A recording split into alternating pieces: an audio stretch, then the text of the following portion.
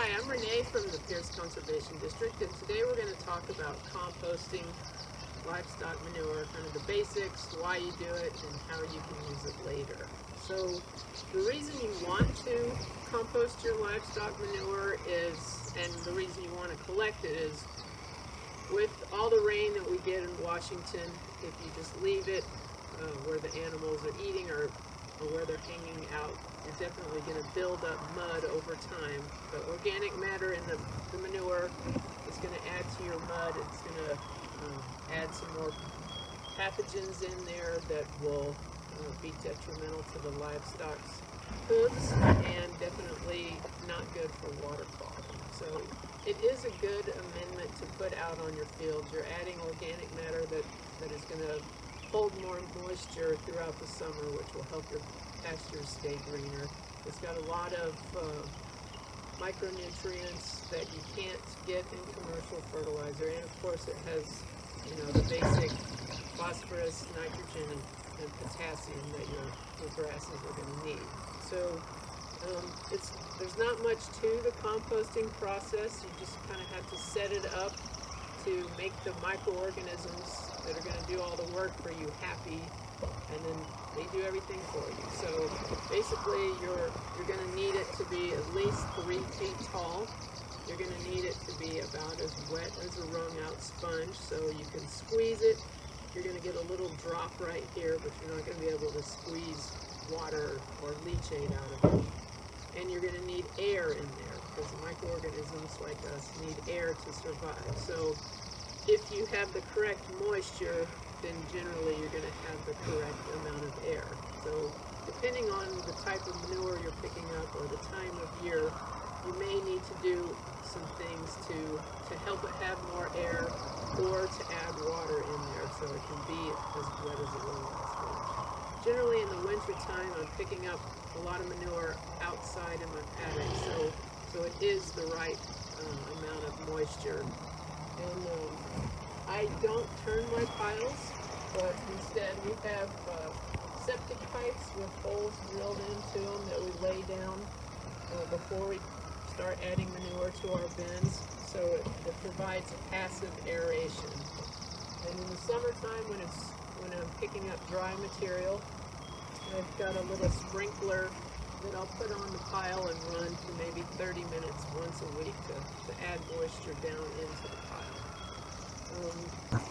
To provide more storage capacity in our manure bin, when you start filling up your manure bin, the manure is going to start rolling out of there. So what we have done is we have 2x6s that we've cut, that we just slide in as we're building up our pile. They'll start to tip if the material isn't next to it, so I just take the pitchfork and push a little down in the crack. And then in the springtime, when we're putting this out on our pastures, we'll just do the opposite. As we're unloading this with the bucket, we'll just pull each board out. It's falling out right now, but when it's really composted, the material will kind of bind to itself, and when you're pulling out the boards, it's not going to just tumble out of there. There'll be kind of a solid wall of manure that you're working with. When I add a load of manure on, I'll shake a flake of straw on that. It kind of makes straws that go into the material. So then, as far as time goes on when this is going to be ready, you know, you can, if you're turning your pile, you can have your manure pretty much cooked and ready to go in about 21 days. But since you don't want to be putting that fertilizer out on your pastures in the winter time when the plants can't use the nutrients, we built our bins to provide 6 months storage. So basically we fill this one up first in the fall, starting when we start putting our horses in our paddocks, and after we clean the bins out one last time in September and fertilize our fields, we'll start building this one up, and then when it's full, usually around the first of the year, then we'll move to our second bin. So if you really want to ensure that you kill the pathogens and the weed seeds in your compost pile, especially if you're putting out your compost on your leafy vegetable garden, you want to make sure you can do it two ways. There's either what's called static composting, which is what I do, so it's basically sitting in one spot. We've got the air pipes going in, but we're not turning all the material. So in that route, the static pile method, you need it to be 131 degrees for at least 3 days in a row.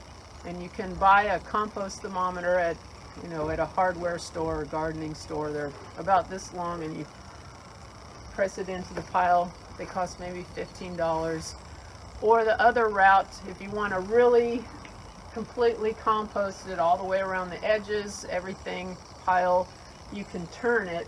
So in that method, works better with the 3-bin system. You'd fill up the first bin, turn it to the second bin, move it to the third bin, and as you keep moving things down, your end pile is completely composted. But if you want to ensure that you kill everything, it needs to be 131 degrees for at least 15 days and with a minimum of 5 turns of your material. So like I said, ours is stored all winter. We built it to provide 6 months of storage. So by the time we put it out, it's composted good enough for me. I'm not using it on lettuce or anything like that. It just goes out on our pastures. So I know it's cooked enough. If you are in a bigger hurry and you want to make sure your material is composted enough, you can set out a little square on the grass, apply about 1 inch of compost. If it turns yellow, then it's not quite ready. If it turns green, it's ready. And the reason it turns yellow, you may have heard the term burning your garden. What's happening is the microorganisms need more nitrogen to finish out their composting process. So what they're going to do is they're going to rob the nitrogen out of your soil, and when they do that, the grass is going to turn yellow. So that's a good, easy, quick test to do. But like I said, mine is not turned, so the edges, kind of still look like horse manure. But once you dig in here, this pile's been building since February. Once you start digging into the pile, you can see that further down it is more of that crumbly material, looks more like compost, not horse manure. I'm not using this on my vegetable garden, and I'm not in a hurry. So generally, I'm filling the bins up. I'll put the first one out as early as April, as soon as I can get out on my fields and not cause any damage with the tractor.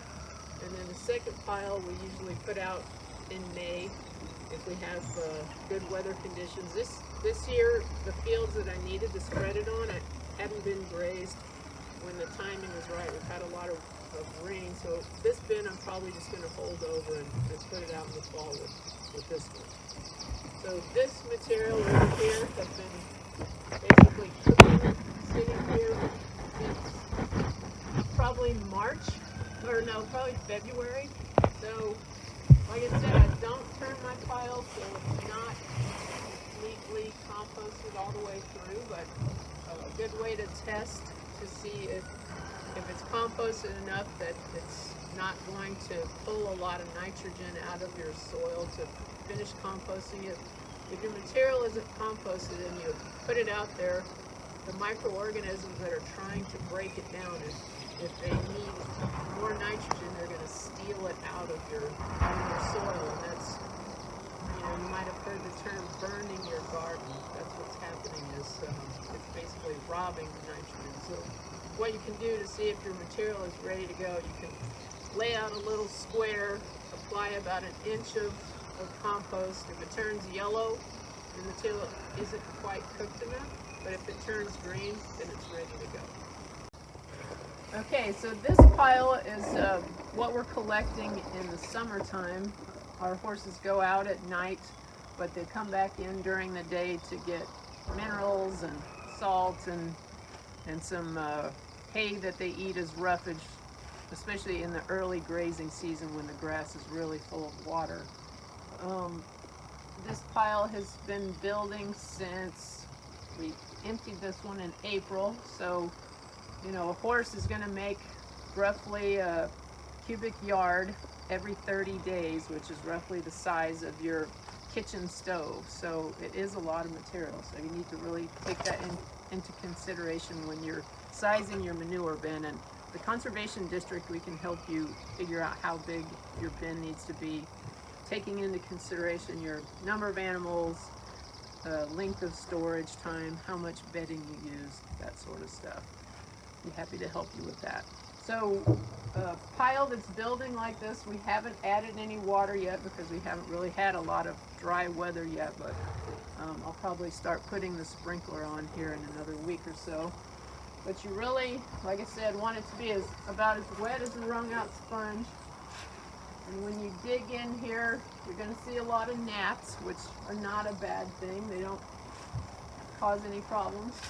You're going to see the steam coming off because we're starting to get the high temperatures here.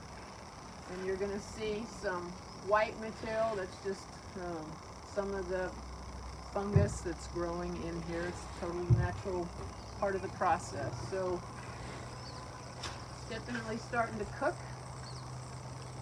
And then, like I said, I apply my compost during the growing season.